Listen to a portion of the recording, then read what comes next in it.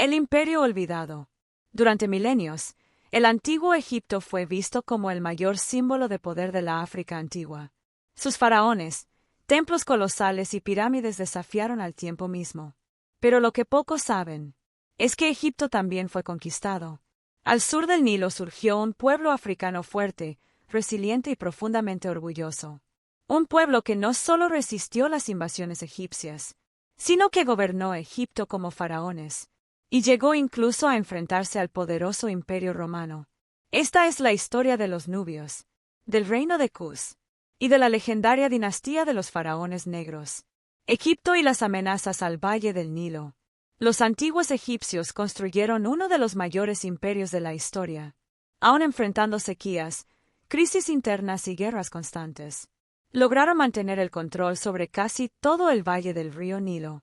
Pero África nunca fue un continente vacío.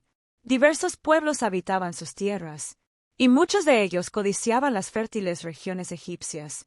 Tribus y reinos provenientes de Libia, Siria y Anatolia entraban en conflicto con Egipto de manera constante.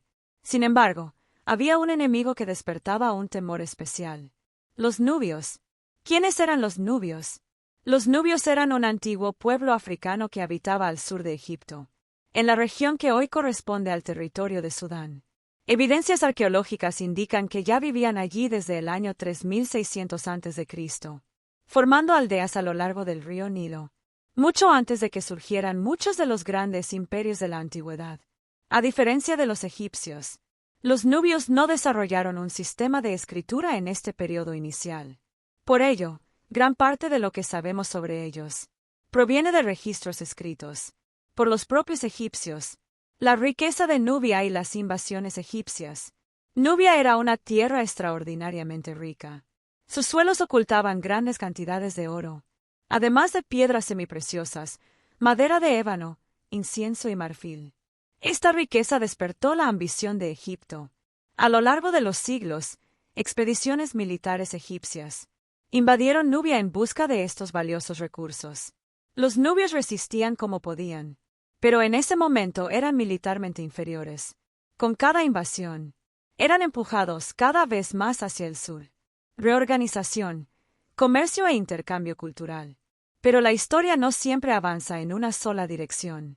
Durante periodos de inestabilidad en Egipto, los nubios lograron reorganizarse, fortalecer sus defensas, e incluso establecer relaciones comerciales con sus antiguos enemigos. Egipcios y nubios comenzaron a intercambiar mercancías, técnicas, conocimientos y costumbres. Ambas culturas empezaron a influenciarse mutuamente. Durante el reinado del faraón Tutmosis I, Nubia fue incorporada oficialmente al imperio egipcio. Sin embargo, este dominio no duraría para siempre. El nacimiento del reino de Cus. Con el debilitamiento del poder egipcio, el control sobre Nubia se vino abajo. Los nubios aprovecharon la oportunidad. Se unificaron bajo un solo gobierno y fundaron la ciudad de Napata, que se convirtió en su capital.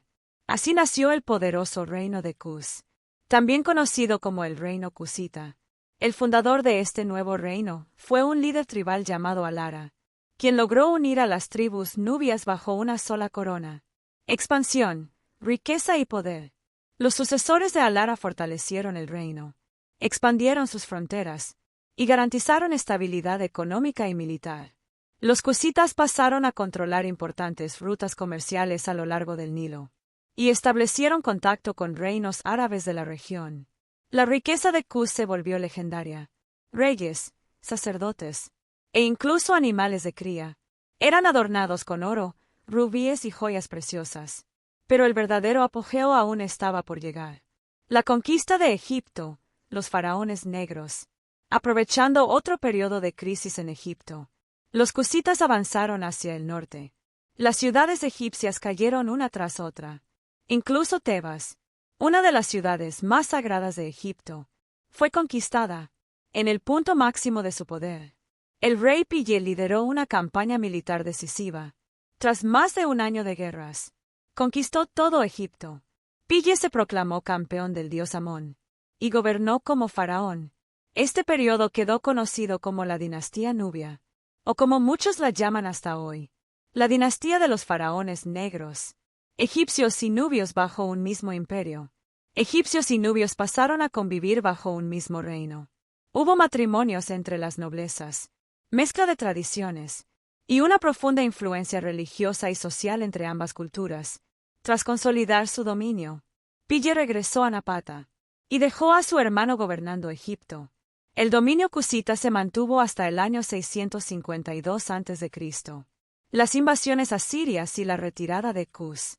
Este poder comenzó a derrumbarse con la llegada de los asirios. Ellos contaban con armas de hierro, caballería entrenada y una tecnología militar muy superior. Ante esta amenaza, los cusitas se vieron obligados a retirarse hacia el sur. Tiempo después, fundaron una nueva capital, Meroe. Meroe, pirámides y escritura propia.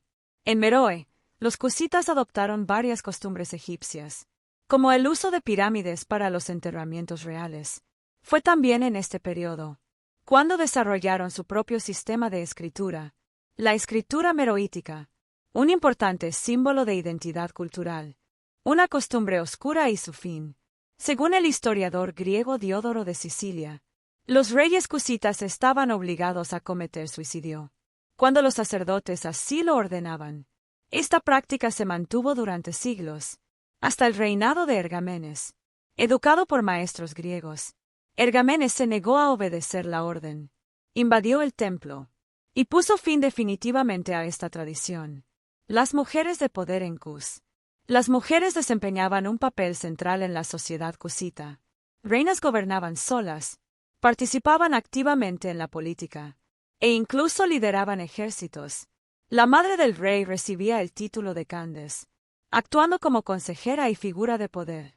Entre todas ellas, una mujer se destacó como el mayor símbolo de valentía. Amanisaqueto y la guerra contra Roma. En el siglo I a.C., Roma había conquistado Egipto. El emperador Augusto exigió tributos al reino de Cus. La reina Amanisaqueto se negó. Consideró la exigencia una ofensa. Declaró la guerra a Roma y avanzó con su ejército, saqueando ciudades egipcias bajo dominio romano. Entre los trofeos capturados se encontraba la cabeza de una estatua del emperador Augusto, enterrada bajo un templo, como símbolo de desprecio. Roma contra Cus. Augusto envió al general Petronio para castigar a Cus. Según los relatos, los cusitas contaban con más de 30.000 guerreros y luchaban con una ferocidad aterradora. Amanisaqueto lideraba personalmente a sus tropas y perdió la visión de un ojo en combate. Tras 3 años de guerra, Roma pidió la paz. El Tratado Histórico. En el año 20 a.C., Roma reconoció a Cus como un reino independiente y exento de tributos. Fue una victoria histórica. El fin de Cus y su legado. El reino de Cus perduró hasta aproximadamente el año 350 después de Cristo. Con la escasez de recursos y el debilitamiento de las rutas comerciales, terminó siendo conquistado por el reino de Aksum. Pero su legado permanece. Los cusitas fueron guerreros formidables, artesanos talentosos y comerciantes habilidosos. Su historia demuestra que la África antigua fue cuna de imperios poderosos, capaces de enfrentarse a Egipto, Asiria y hasta al mismísimo Imperio Romano. Cierre. El reino de Cus no fue solo una sombra de Egipto. Fue una potencia africana independiente, orgullosa e inolvidable. Una historia de resistencia, fuerza y grandeza.